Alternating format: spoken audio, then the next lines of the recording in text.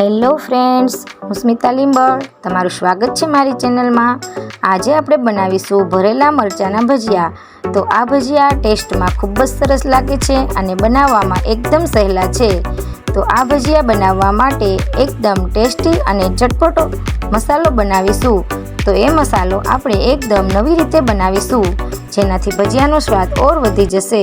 તો ચાલો જોઈ લઈએ એકદમ ટેસ્ટી અને ચટપટા ભરેલા મરચાના ભજીયાની રેસીપી સારી લાગે તો વિડીયોને લાઈક અને વધારેમાં વધારે શેર કરજો અને ચેનલને સબસ્ક્રાઈબ કરવાનું ભૂલશો નહીં।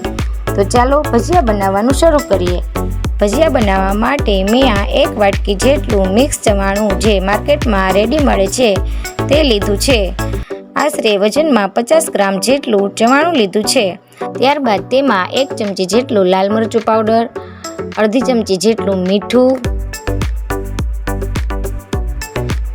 1 ચમચી જેટલી ખાંડ, આ બધી વસ્તુને એડ કરીને મિક્સર જારમાં આ રીતે ચવાણાને પીસી લેવાનું છે। ચવાણાને એકદમ કરકરું પીસવાનું છે, વધારે પડતું પીસી લેવાનું નથી। ત્યારબાદ આપણે ચવાણાને આ રીતે એક બાઉલમાં કાઢી લઈશું।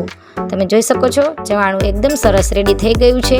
હવે આપણે તેમાં 1 વાટકી જેટલા લીલા ધાણા એડ કરીશું।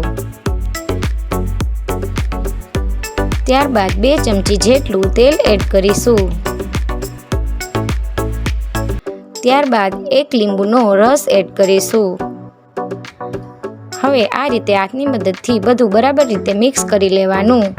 ચણાના લોટને શેકવાની કોઈ પણ ઝંઝટ કર્યા વગર આ રીતે તમે ભરેલા મરચાં બનાવશો તો ખૂબ જ સરસ ટેસ્ટી અને બનાવવામાં પણ ઇઝી રહેશે।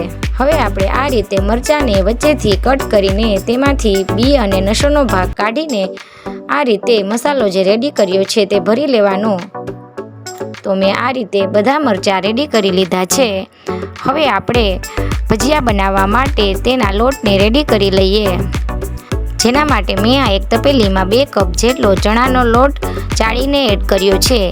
ત્યારબાદ તેમાં આપણે 1 ચમચી જેટલું મીઠું, 1/4 ચમચી જેટલી હિંગ, 1/4 ચમચી જેટલી હળદર અને અડધી ચમચી જેટલા સોડા એડ કરીશું। ત્યારબાદ 1 લીંબુનો રસ એડ કરીશું।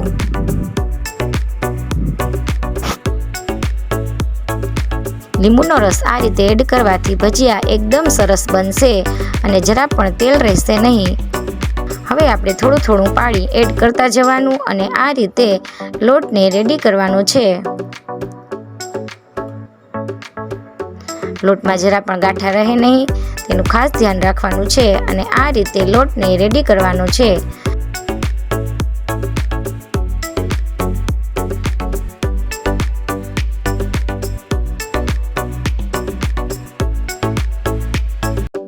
તમે જોઈ શકો છો આપણો લોટ સરસ રેડી થઈ ગયો છે। તેલને મેં પહેલેથી જ ગરમ થવા માટે રાખી દીધેલું હતું। હવે આપણે મરચાંને આ રીતે લોટમાં ડીપ કરીને તેલમાં એડ કરીશું। ત્યારબાદ ગેસની ફ્લેમ સ્લો રાખીને જ મરચાંના ભજીયા તળી લેવાના છે।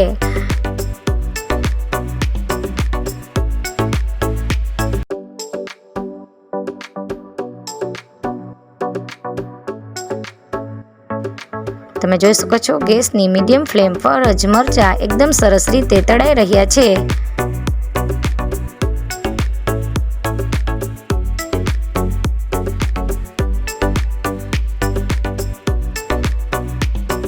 તો તૈયાર છે આપણા ભરેલા મરચાંના ભજીયા। હવે આપણે તેને સર્વિંગ પ્લેટમાં કાઢી લઈશું। ભજીયાને મેં ખજૂર આંબલીની મીઠી ચટણી સાથે સર્વ કર્યા છે। તો બન્યા છે ને જોતા જ ખાવાનું મન થઈ જાય તેવા ભરેલા મરચાંના ભજીયા। તો તમે આ રીતે ભરેલા મરચાંના ભજીયા એકવાર જરૂરથી બનાવશો અને જો તમને રેસીપી સારી લાગે તો મારી ચેનલને લાઈક, શેર અને સબસ્ક્રાઈબ કરવાનું ભૂલતા નહીં। Thanks for watching. મળીએ નેક્સ્ટ વિડીયોમાં।